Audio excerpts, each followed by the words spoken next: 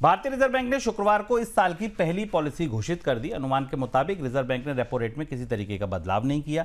महंगाई और ग्रोथ के अनुमान में बढ़ोतरी हुई है। वित्त वर्ष 2025-26 के लिए ग्रोथ का अनुमान बढ़ाकर 7.4% किया गया। महंगाई का अनुमान बढ़ाकर 2.1% कर दिया गया।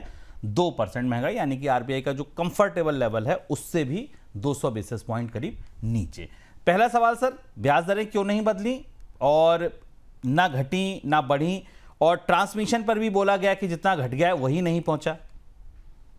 ये बात संभावना पहले से थी। रिजर्व बैंक को दिखाई दे रहा है स्पष्ट रूप से कि रेपो रेट घटाने के बाद भी कोई फैसला नहीं हुआ। एमपीसी ने सर्वसम्मति से फैसला किया रेपो रेट घटाने के बाद भी। अगर आप देखें 125 बेसिस पॉइंट के में से केवल 100 बेसिस पॉइंट का भी, बल्कि उससे कम का भी ट्रांसमिशन हुआ है।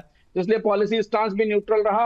आगे बढ़ाने और घटाने दोनों की गुंजाइश खुली रखी है। आरबीआई ये बात स्वीकार कर रहा है कि बैंक सच में सस्ते लोन दे पा रहे हैं कि नहीं दे पा रहे हैं, और आरबीआई की चुनौती अब लोन सस्ता कराने से या ब्याज दरें कम करने से ज्यादा बाजार में यील्ड मैनेजमेंट की है, जिसके लिए उस पर ज्यादा फोकस करने की जरूरत है।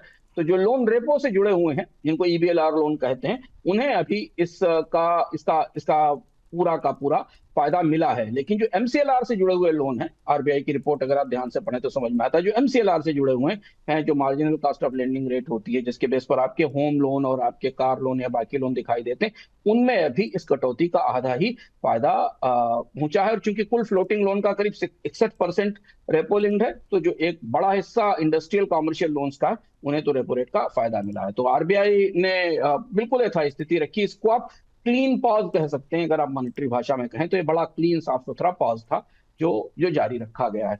यहां से आप ये भी संकेत ले सकते हैं कि आरबीआई ने रेट कट के जो मौजूदा साइकिल है उसको एक तरह से अब रोक दिया है।